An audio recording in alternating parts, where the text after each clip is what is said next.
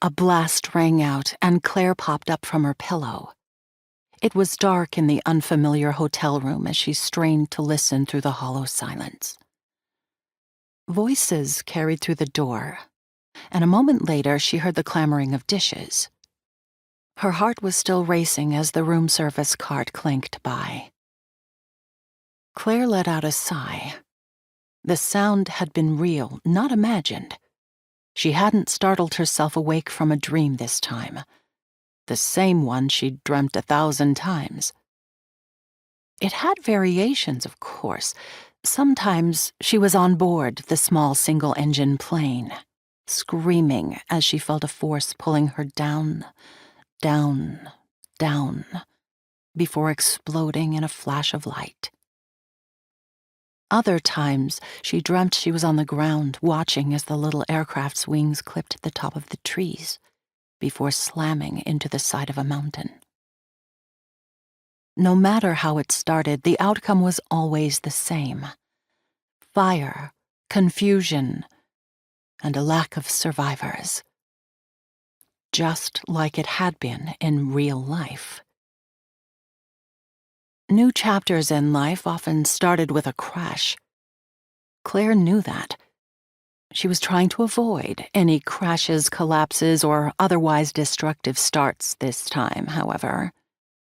She hoped that her new beginning on Orcas Island would go smoothly, quietly, that she'd be in control, as much as that was possible. She rolled over to check the time on her phone, but despite pushing its buttons and giving it a shake, it refused to wake up. She squinted in the darkness and saw that the phone charger was hanging loosely from the outlet. Ah, loose outlets weren't uncommon in old buildings like this. It was just another improvement they needed to make. She marked it down in her notebook. The list was growing quite long, as she'd expected. It had been nearly a week since she'd closed on the sale of the Grand Madrona Hotel, and she'd spent each night in a different room, taking notes, admiring the views, and finding out that many of the hotel's critical reviews held nuggets of truth. Her neck and shoulders were stiff from an anxious night, and she stretched before hopping out of bed and scooting across the creaking hardwood floor. She liked the sound. There was a charm to the hotel, something that she didn't want to lose. The 1920s style sang through the little details, the eloquent tile patterns, the gold-trimmed banisters.